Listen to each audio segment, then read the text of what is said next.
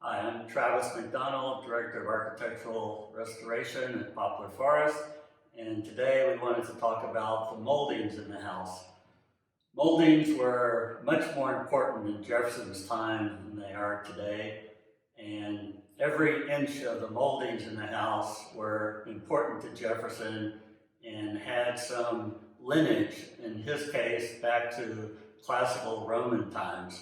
So, for instance, the architrave moldings that go around the doors and windows have certain moldings that are coming out of Roman classical buildings. Jefferson's using two different books for the moldings in Poplar Forest. One is James Gibbs' Rules for Drawing Architecture, that he takes this three-part architrave from. He also uses Gibbs for the chair rail. This was actually at the time called a sur base. It's distinguished from the base, which is this very large baseboard. And these were moldings that Jefferson gets out of Gibbs's book. For other moldings, he uses Andrea Palladio's book from 1570. But this same architrave, the size, the dimensions of it, similar to the same size that are on the window architraves. These are prescribed out of Palladio's book. So the architrave size is 1/6 the opening of the window. And that's all based on these classical rules of proportion. The other important thing in the house were the entablature moldings. An entablature are the moldings that go above all the columns in Greek and Roman architecture. So on the exterior, there's a Tuscan order entablature from the Roman examples, and there's a set of moldings that go above the column shaft.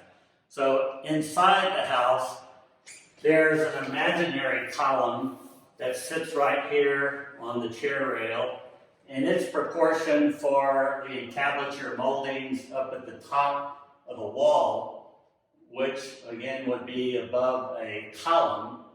And this is the Roman Tuscan that Jefferson uses in the bedchambers, in the entry passage, and that's the lowest Roman order of architectural orders and entablatures, which would be appropriate for a secondary space like a bedchamber. There's also a hierarchy in the house. So if you have different Roman orders, you go from lower to higher.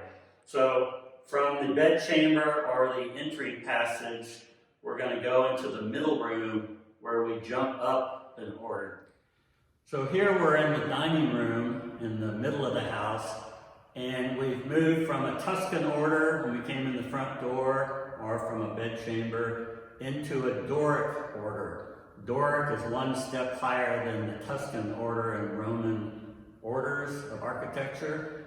And in this case, there's a Roman entablature at the top of this wall that was based on the Roman Doric order from the Baths of Diocletian, which was one of the big thermal bath complexes in Rome. This entablature is sized for an imaginary column that would be below it. So because this room has a 20-foot ceiling, the entablature is that much greater in size because of an imaginary column that would be underneath it. And in this case, Jefferson tells the sculptor making the ornaments that this is a private house and he's going to indulge his fancy. So this order should just have the face of Apollo, based on the Roman example, but Jefferson is adding what's called the bucrania, the ox skulls, just because this is a private house and he can play around with the parts. As he said, he could indulge his fancy. So from this second room in the Doric order, we're going to go into the parlor where we jump up again to a different order. So now we're in the parlor, which was considered the best room of the house. So we've moved from the Tuscan order and the entrance to the Doric order in the middle room.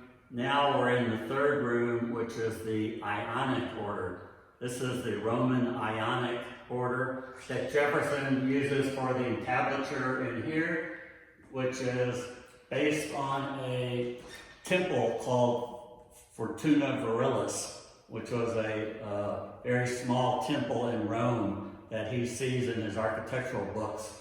And in this case, this is a small, what looks like a smaller entablature, but it's the highest Roman order in the house.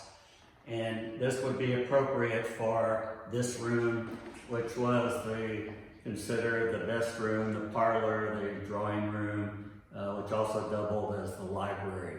So all of these moldings are very important to Jefferson. He's using the same moldings, the same entablatures at Monticello, and then after Poplar Forest, he uses some of the same moldings and examples at the University of Virginia.